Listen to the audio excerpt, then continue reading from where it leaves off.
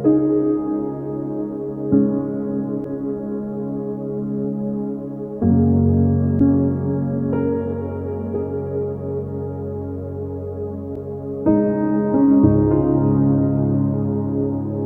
você sentar, eu queria pedir que você fizesse uma coisa, mas presta atenção no pedido.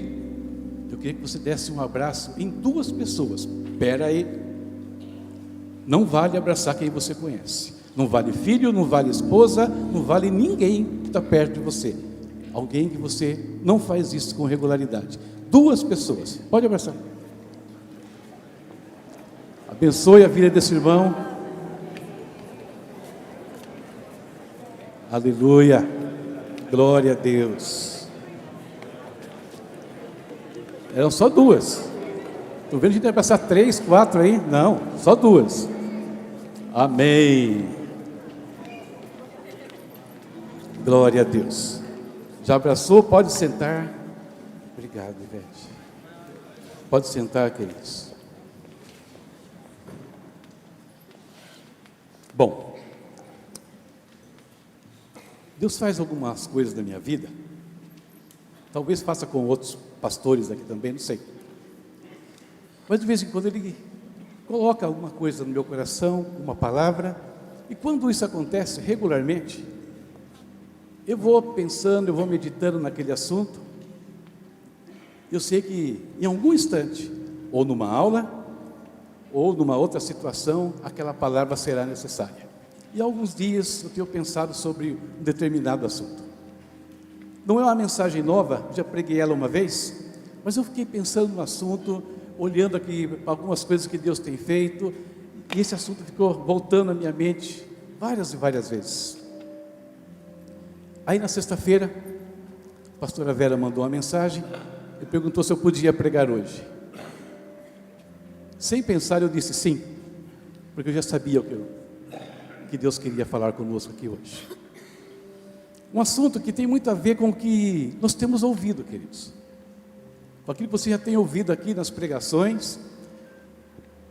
Tem muito a ver com o que Deus está fazendo com a nossa igreja e como nós vamos nos comportar em relação a isso. Quando eu elaborei essa mensagem, eu dei um nome para ela, e o nome foi esse aqui, ó. A parábola dos navios.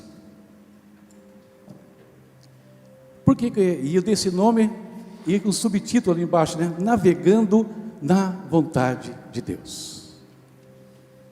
Então eu vou contar para vocês aqui, relembrar na realidade uma história, duas histórias, que você já ouviu, tenho certeza. Mas eu queria fazer uma comparação um pouco diferente hoje. Com a ênfase nessa questão, a vontade de Deus. Qual é a vontade de Deus para as nossas vidas? O que Deus espera de cada um de nós que estamos aqui nesta igreja? Porque Ele espera algo. E você tem ouvido isso aqui, assim, recorrentemente. Deus tem um plano na sua vida, Deus tem um propósito para você, você foi chamado por Deus. Ou não temos ouvido isso? Temos ou não temos? Temos ouvido isso com bastante frequência. Infelizmente, o cliquezinho aqui que eu queria facilitar não vai funcionar, mas o irmão vai me ajudar. Vamos lá. Então, 2 navios. Um navio, ele saindo da cidade de Jope, que fica lá no litoral de Israel moderno. Essa cidade é muito antiga, ela existe até os dias de hoje. O nome dela hoje é Iafa. O navio que saiu aí da cidade de Jope tinha como destino a cidade de Tarsis, que hoje, melhor, que nos dias de Paulo se chamava Tarso. Esse é o primeiro navio. Mas são 2 navios. O outro saiu de Cesareia, uma cidade também que ficava no litoral da Palestina, só que mais para o norte, mais para cima um pouco. E esse navio tinha outro destino. Ele ia para Roma. 2 navios comuns. 2 navios comerciais. Tinha sua carga, tinha sua tripulação, tinha os seus passageiros a bordo. Mas no meio dos passageiros, no meio da tripulação, havia ali um passageiro especial em cada navio. No navio que estava indo para Tarsis, tinha um passageiro conhecido. Todos nós conhecemos ele. O profeta Jonas. Ele era fazia parte ali do povo que estava naquele navio.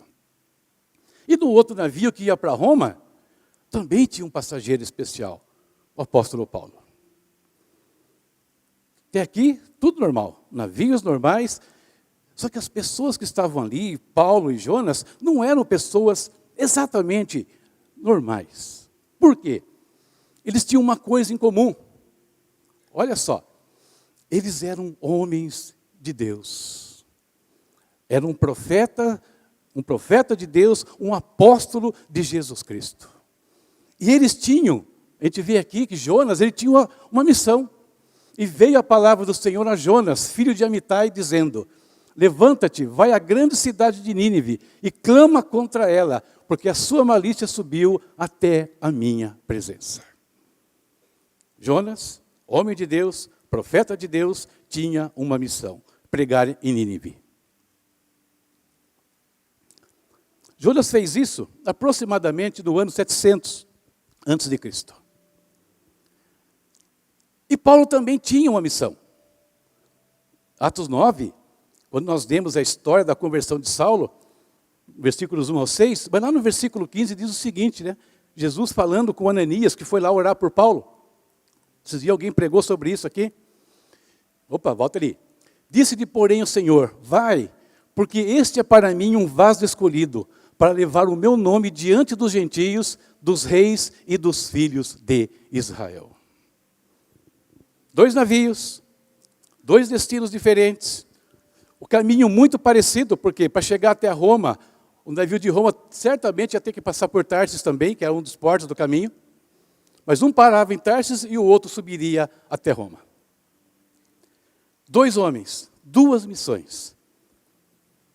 Até aqui não tem nada diferente na situação desses 2 navios, mas é só até aqui. Porque quando nós vamos analisar por que Jonas estava naquele navio e por que Paulo estava naquele navio para Roma, a situação é completamente diferente, queridos. E essa situação aqui ilustra as nossas vidas, de certa forma. Todos nós aqui estamos dentro desse navio, vamos chamar assim, chamado CCDP. Esse navio tem um destino, tem um propósito. Cada um de nós aqui somos passageiros especiais dentro desse navio. Somos especiais porque Cristo nos resgatou, nos lavou, nos fez novas criaturas. Nós não somos mais comuns. Nós temos agora um nome escrito, né, na nossa alma, no nosso espírito. Nós temos o nosso nome escrito no livro da vida. Não somos mais comuns. Mas por que eles estavam naquele navio? E aí começam as diferenças. Vamos lá. Porém, Jonas se levantou para fugir da presença do Senhor para Tarsis. E descendo a Jope, achou um navio que ia para Tarsis. Pagou, pois, a sua passagem e desceu para dentro dele, para ir com eles para Tarsis. E o finalzinho, 1, 2, 3, leiam. Para longe da presença do Senhor. Jonas não estava embarcado naquele navio com um propósito de servir a Deus, de fazer aquilo que Deus colocou nas mãos dele para ser realizado. Deus queria atingir uma cidade que tinha cerca de 120 mil pessoas e que seria destruída por causa dos seus pecados. E cabia a Jonas levar uma mensagem que pudesse mudar essa realidade. Mas ele preferiu fugir. Ele não queria cumprir o propósito dele naquele lugar. E à medida que nós estamos analisando isso aqui, vamos pensar. Deus tem nos chamado. Todos nós temos aqui um propósito, como eu já falei. Nós somos corpo de Cristo. Não é assim que nós aprendemos que a igreja é o corpo de Jesus, e se somos corpo de Cristo, todos nós aqui temos um papel.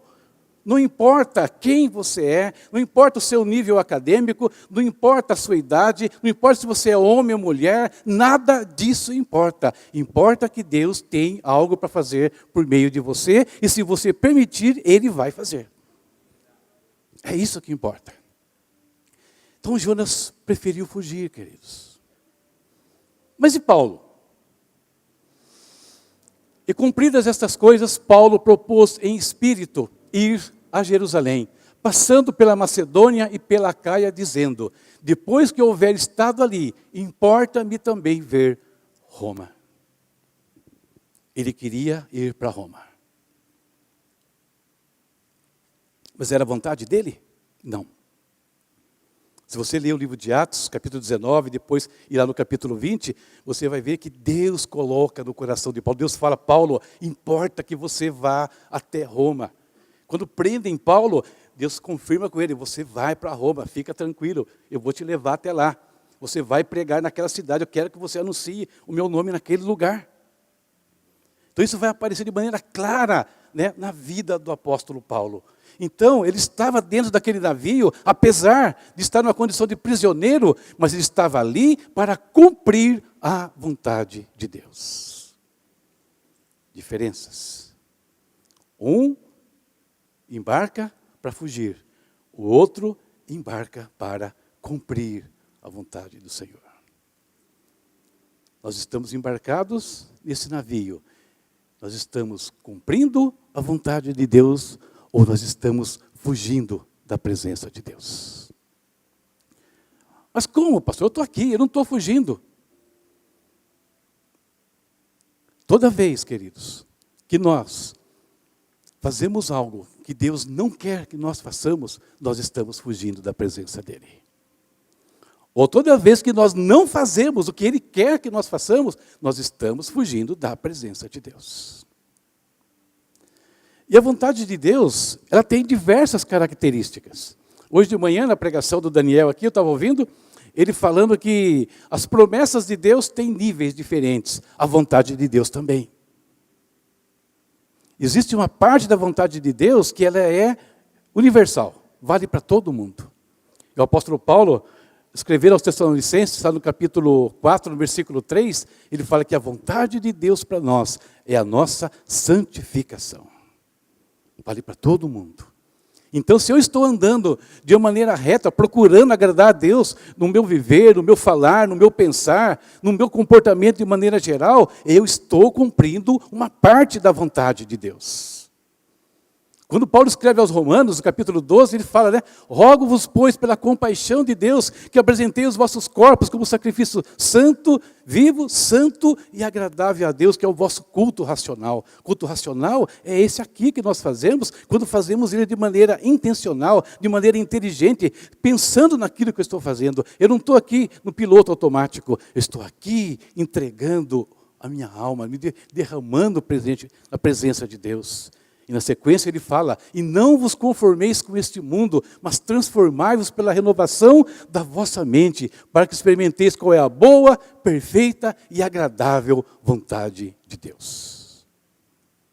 Existe uma vontade, que eu posso estar nela, ou eu posso estar contra ela, fugindo dela, como foi no caso de Jonas.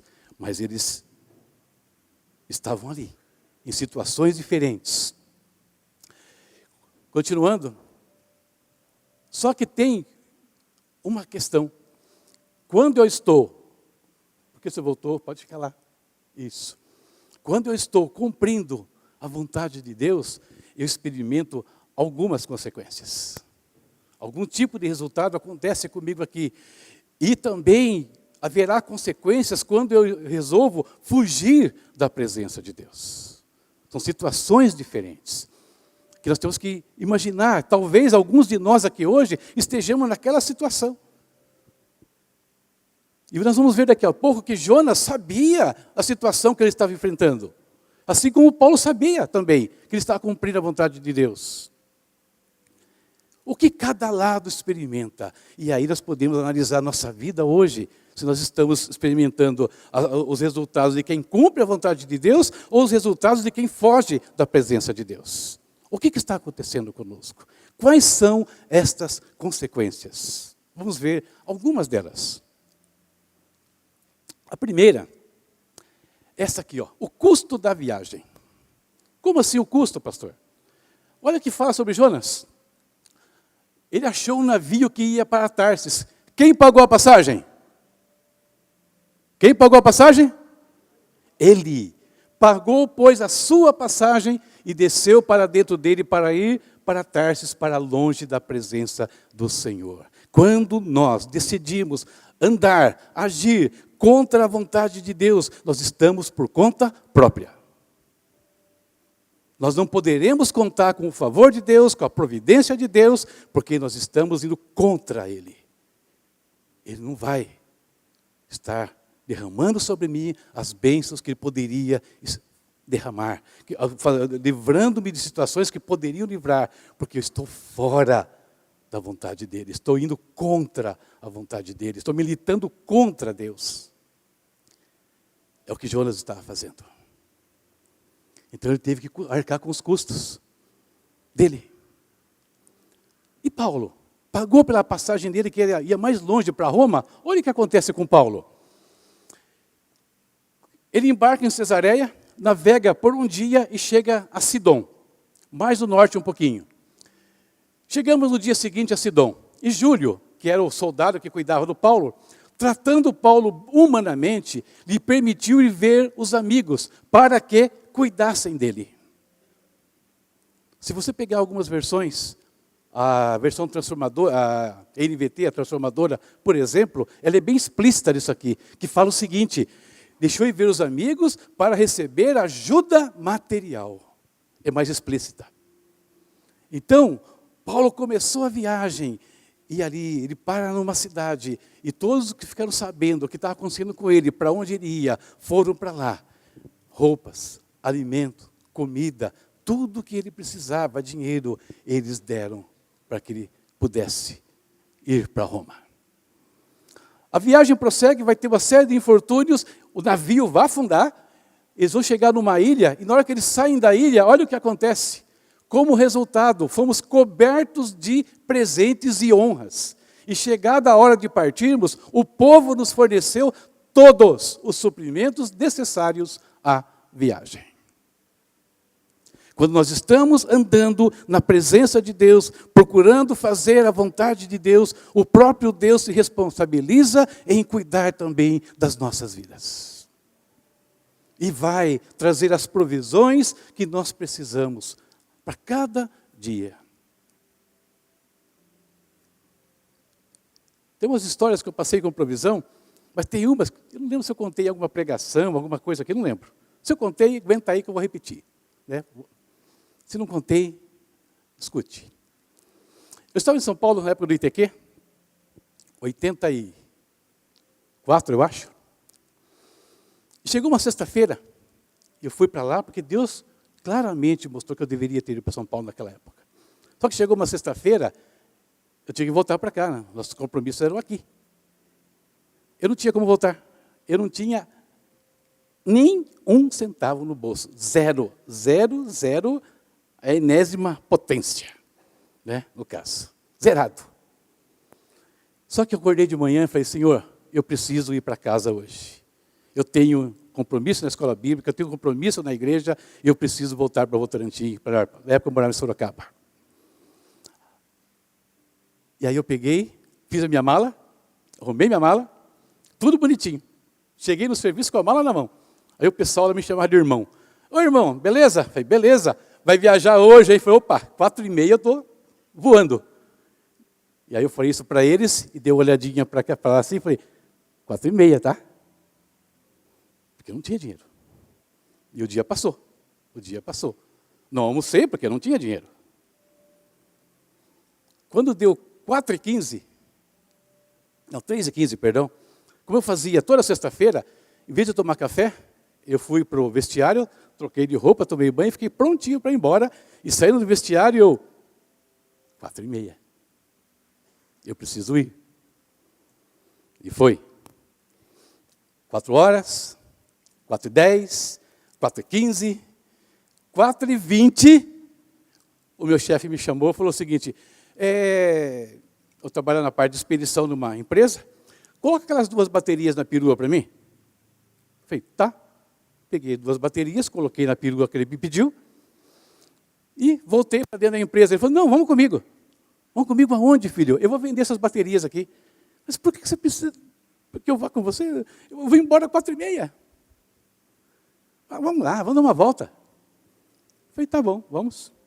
Saímos da empresa, era bem perto o lugar que a gente ia. Paramos na frente de uma loja de baterias. Eu fui descer, falei, não precisa descer não. Eu falei, se eu não preciso descer, por que você me trouxe? Fica quieto. Ele não falou, mas Deus falou. Eu vi ele descer, falar com alguém, veio um rapaz, tirou as baterias. Eu vi ele receber, na época, 10 mil cruzeiro. Nem sei que moeda que era aquela. Mas 10 mil, 2 notas de 5 mil ele recebeu.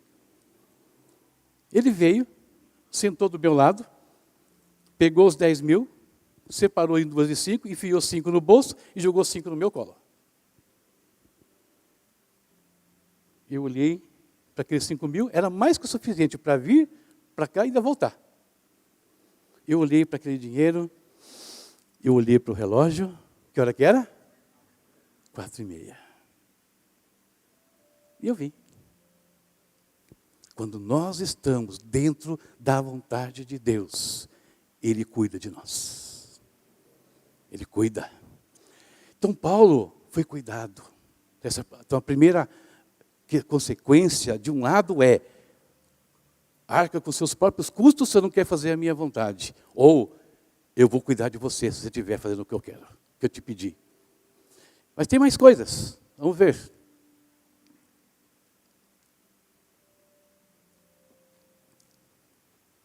Opa, você pulou lá no fim, querido. Volta aí.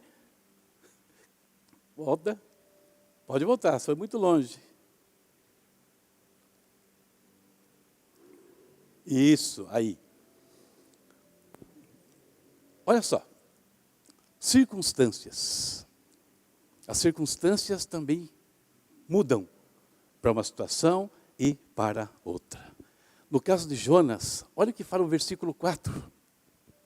Mas o Senhor mandou ao mar um grande vento, e fez-se no mar uma forte tempestade, e o navio estava a ponto de quebrar-se.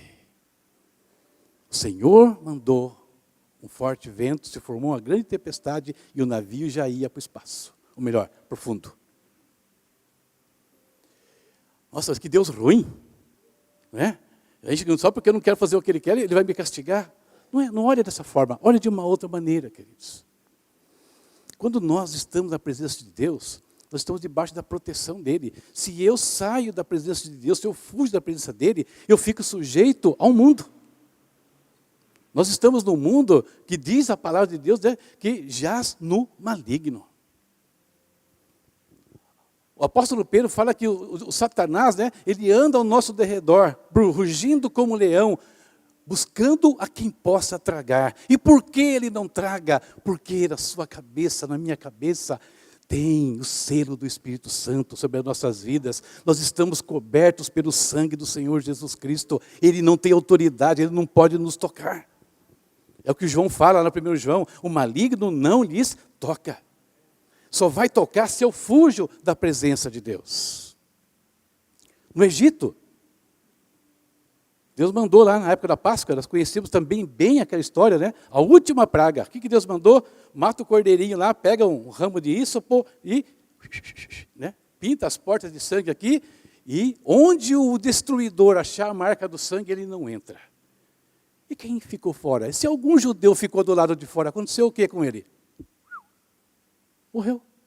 Deus matou? Não. Deus avisou que ia acontecer. Fica aqui, ande por esse caminho, fica nesse lugar. Se alguém se atreveu a sair daquela cobertura, estava morto. Foi avisado o que ia acontecer. Então, tempestade.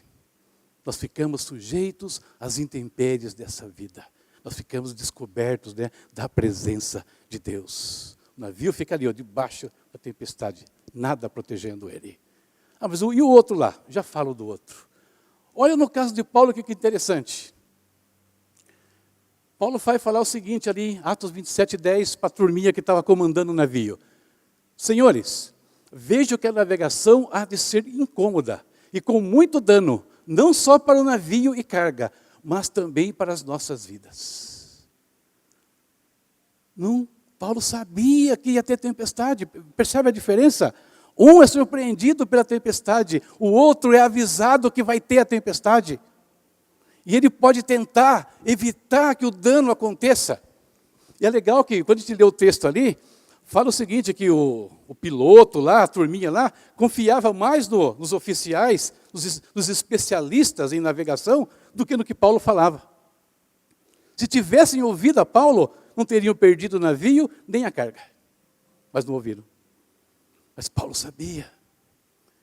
Quando nós estamos andando na presença de Deus, o Espírito Santo nos alerta. O Espírito Santo nos dá uns toques. Opa, não vai por aí, não faça isso, olha lá, cuidado com aquela situação. Deus, Ele nos incomoda, Ele vai sempre nos dar um alerta. Um dia eu acordei de manhã, sentei normal, um dia normal, mas o coração pesou o coração, falei, o que é isso? Que coisa estranha. Aí fiquei ali sentado na cama, falei, Deus, o que é isso? Orei um pouquinho, e Deus falou claramente comigo, problemas, vigia.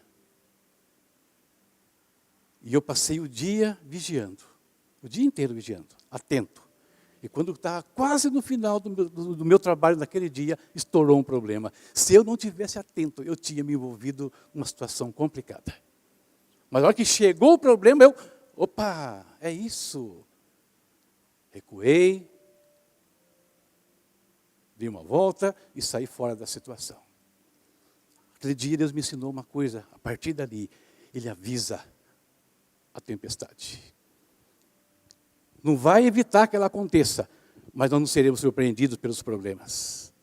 Nós vamos poder passar por eles sabendo o que vai acontecer, sabendo quem está conosco e confiantes, porque sabemos que estamos dentro do propósito dele. Ou podemos ser surpreendidos na fuga. Nós temos que escolher. Continuando. Outra coisa interessante também para quem está fugindo ou está fazendo a vontade de Deus, é como ele se comporta no meio das crises. No meio dos momentos que algo precisa ser feito, que precisa de pessoas para se envolver com a obra, que é o que está acontecendo conosco nesse instante. Deus tem colocado no coração dos pastores uma visão, uma forma de trabalhar, e isso está exigindo muito trabalho em alguns instantes. E como é que alguns têm reagido? Como é que Jonas reagiu quando precisou dele no meio de uma crise espiritual em Nínive? Olha só. Além de fugir, né? Olha o que ele faz depois. Então temeram os marinheiros e clamavam cada um ao seu Deus. Olha só, eles não conheciam a Deus. Eles eram idólatras. É muito comum, quando a gente assiste esses filmes de mitologia grega aí, né? Os Zeus, os Apolos lá, os falsos deuses, né? Volta e meia jogando seta, queimando meio mundo lá, porque fizeram alguma coisa que desagradou a eles. É assim que eles pensavam. Clamavam ao seu Deus e lançaram ao mar as cargas que estavam no navio para aliviar do seu peso. Jonas, porém, o profeta que estava lá no meio da situação, vendo aquele rebuliço todo, desceu ao porão do navio e, tendo-se deitado, dormia um profundo sono. Quem está fugindo da presença de Deus se omite. Percebe a situação, percebe a necessidade e se omite, se afasta. E quem está dentro da vontade de Deus? Faz o quê? Olha o que Paulo faz, já lemos uma parte do texto, né? Olha o que o apóstolo Paulo vai fazer lá do outro lado. E passado muito tempo, e sendo já perigosa a navegação, pois também o jejum já tinha passado. Paulo os admoestava, dizendo-lhes: senhores, vejam que a navegação há de ser incômoda e com muito dano, conforme eu li agora há pouco, não só para o navio e carga, mas também para nossas vidas. Paulo os admoestava, ele estava envolvido na situação, vendo o que estava acontecendo e tentando, de alguma forma, ajudar. Não se omite. Mas tem mais coisa ainda. Vamos lá. A pessoa que está fugindo da vontade de Deus, ela se oculta. Ninguém sabia quem era Jonas, a não ser quando o pressionaram. Então a tripulação tirou sortes para ver qual deles havia ofendido os deuses e causado a terrível tempestade. Eles tinham noção que alguém tinha feito alguma coisa. Para que está acontecendo aquilo. Quando tiraram as sortes, elas indicaram que Jonas era o culpado. Por que essa terrível tempestade veio sobre nós? Perguntaram. Quem é você? Qual a sua profissão? De onde você vem? Qual a sua nacionalidade? Jonas respondeu: sou hebreu, faço parte do povo de Deus. Quem é você? Eu faço parte da CCDP. Eu adoro o Senhor, o Deus dos céus que fez o mar e a terra.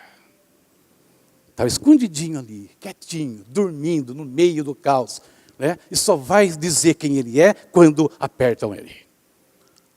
Ao contrário do que fez o apóstolo Paulo, olha o que Paulo fez. Mas tenham bom ânimo, o navio afundará. Que boa notícia ele deu para a turma, né? Galera, seguinte, tenho boas e más notícias. Primeira, o navio vai afundar. Agora, tem boas notícias, mas nenhum de vocês perderá a vida.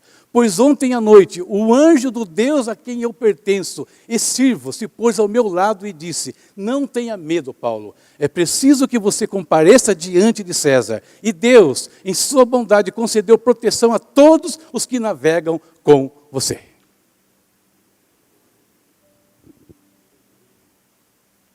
Quando nós estamos na presença de Deus, nós somos a causa da vida. Nós somos responsáveis, nós podemos trazer vida, trazer livramento para todos aqueles que estão ao nosso redor. Aqueles que trabalham com você, os que estudam com você, os seus vizinhos, a sua família, muitas vezes estão protegidas ali e não perecem porque você está lá, desde que nós estejamos dentro da vontade de Deus. Empresas não falem, às vezes, porque você está ali. E se falir, como faliu o navio, olha, o navio vai afundar. Só que o navio afundou, mas ninguém morreu. E todos chegaram no seu destino, inclusive Paulo. Avançaram as suas vidas. Então, queridos, o que é interessante aqui, a gente vai ver agora, na tela seguinte, é que, para aqueles marinheiros lá, do navio de Tarso sobreviverem, eles dependiam de se livrarem de Jonas. E Jonas sabia disso.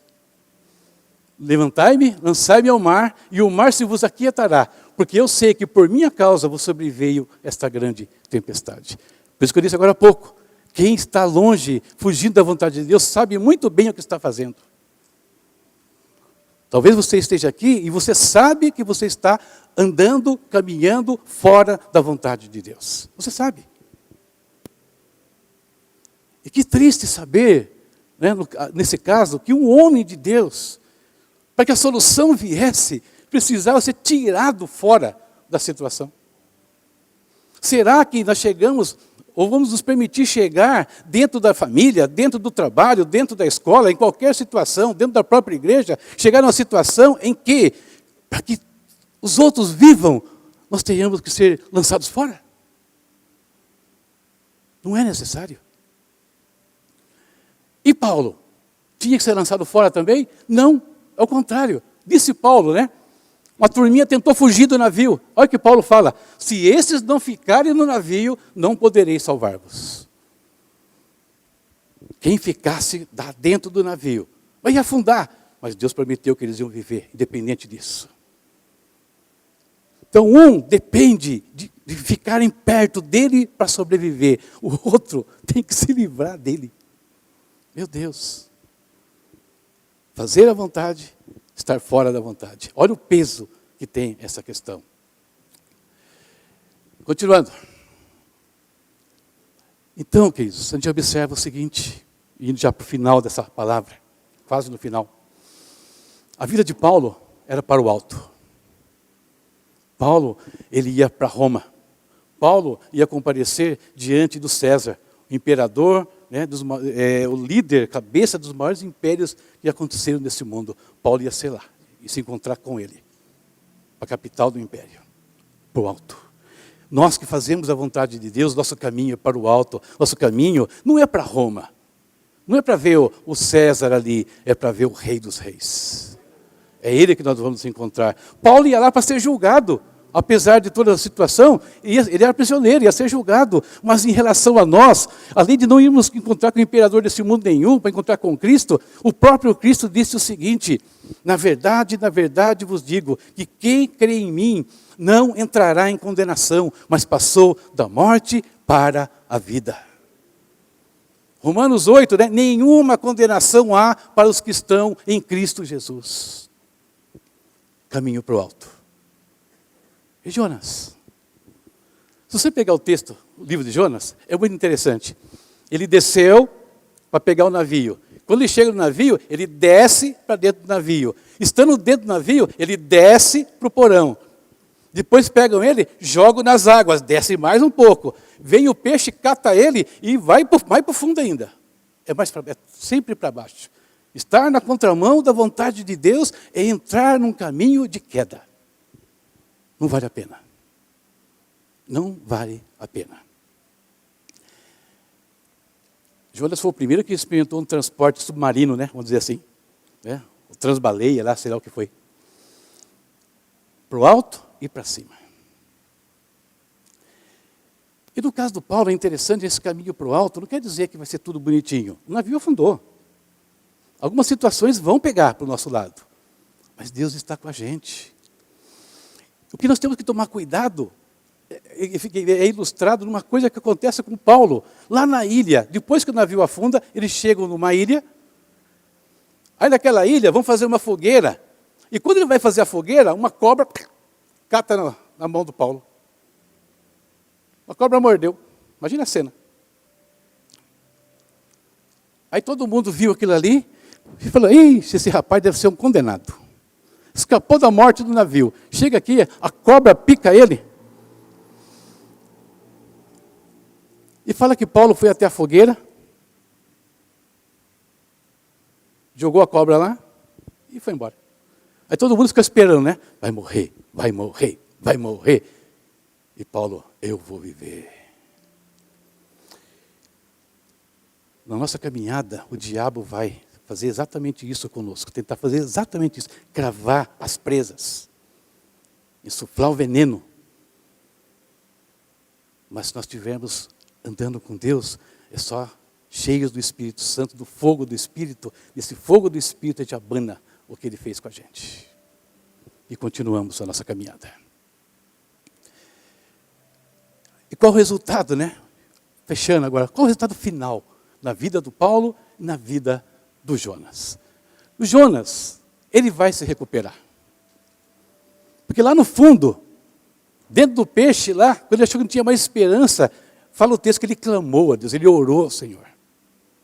E Deus levou ele de volta, o peixe levou ele de volta até a praia, e lá ele foi então cumprir o que ele tinha para fazer. Talvez você esteja numa rota, você aqui presente, vocês assistindo aí na internet, hoje ou depois, no dia que pegarem essa palavra, talvez você esteja dentro dessa situação, engolido nessa situação, mas se você clamar a Deus, Ele te joga de volta para dentro do propósito dEle. Ele é poderoso para fazer isso. Só que, Jonas é engraçado. A Silvana gosta de desenho bíblico. Ela fala que ela põe desenho bíblico e ela dorme rapidinho com desenho bíblico. E tem um desenho que ela coloca lá, é justamente o do Jonas. E pintaram um Jonas lá muito engraçado. Reclama, resmunga o tempo todo. Nunca está bom. E às vezes é o que nós corremos o risco de ser. Estamos aqui, reclamamos com Deus, Deus dá um jeito, põe a gente de volta, mas reclamam. Tudo vê defeito, nada está bom. Jonas era assim.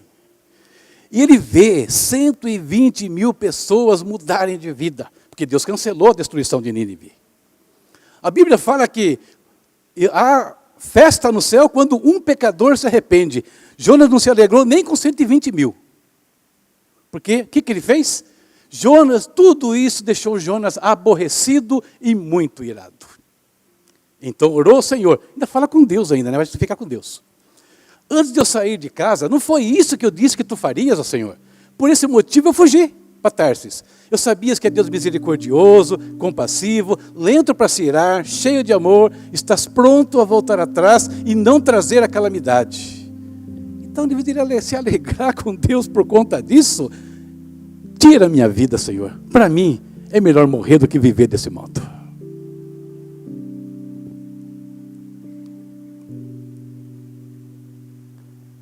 Ele vai terminar o livro dele reclamando. Algumas pessoas vão passar por esse mundo, até vão fazer a vontade de Deus ali, a muito custo, mas não tem alegria, não faz aquela coisa gostosa, cheio de júbilo, como a palavra de Deus fala, alegre-se, rejubile-se, né? Tem alegria, transmita paz, não. Aquela coisa, parece, sei lá o quê, não sei o que parece. Mas e o Paulo? Terminou que jeito? Duas passagens do Paulo. Primeiro, depois que ele chega em Roma, ele fala, Lucas escreve, melhor dizendo, durante os 2 anos seguintes, Paulo morou em Roma, às próprias custas. Como assim às próprias custas? Igual Jonas? Não. Aqui, a turma ajudava ele, nós vimos aí. A todos os que visitavam, ele recebia, proclamando corajosamente o reino de Deus e ensinando a respeito do Senhor Jesus Cristo, sem restrição alguma. Ele queria mais ver pessoas sendo salvas. Não importava se era romano, o povo que estava oprimindo o próprio povo dele. Não interessa. Eu quero ver todas as pessoas aceitando a Cristo, vivendo com Cristo, servindo a Ele. E quando chega no final da carreira, ele diz, quanto a mim, minha vida já foi derramada como oferta para Deus. O tempo da minha partida, da minha morte se aproxima. Lutei o bom combate, terminei a corrida e permaneci fiel. Agora, o prêmio me espera, a coroa da justiça que o Senhor, o justo juiz, me dará no dia da sua vinda. E o prêmio não será só para mim, mas para todos os que estão ouvindo essa mensagem e que permanecerem fiéis a Deus. Todos, né, com grande expectativa, aguardam a vinda de Jesus. Esse é o resultado final. Se coloque em pé, por favor. Eu queria terminar com uma pergunta. Nosso último slide. Navio para Tarsis. Sujeito às tempestades, sem nenhuma cobertura. Navio para Roma. Está escondidinho ali atrás. Fiz de propósito aquilo ali. Por quê? Porque esse monte de azul, azul lembra céu. O céu se manifestando, cobrindo ele de diversas maneiras. Protegendo quem faz a vontade de Deus. E totalmente descoberto, sem proteção, quem não cumpre a vontade de Deus. Então, queridos, qual navio? Nós fomos ter que escolher hoje. Qual é a situação nossa? Em que navio nós estamos? Para Roma? Ou para Tarsis? Nós temos cantado esse cântico aqui, desde o servir, né, renovar para servir. Queria convidar você a cantar essa música. Faça dela uma renovação de compromisso com Deus. Uma renovação do que Deus tem com você, o que Ele revelou, que Ele tem te falado. Renova esse compromisso com Ele. Ou fale com Ele, peça perdão se você tem andado na contramão da vontade dEle.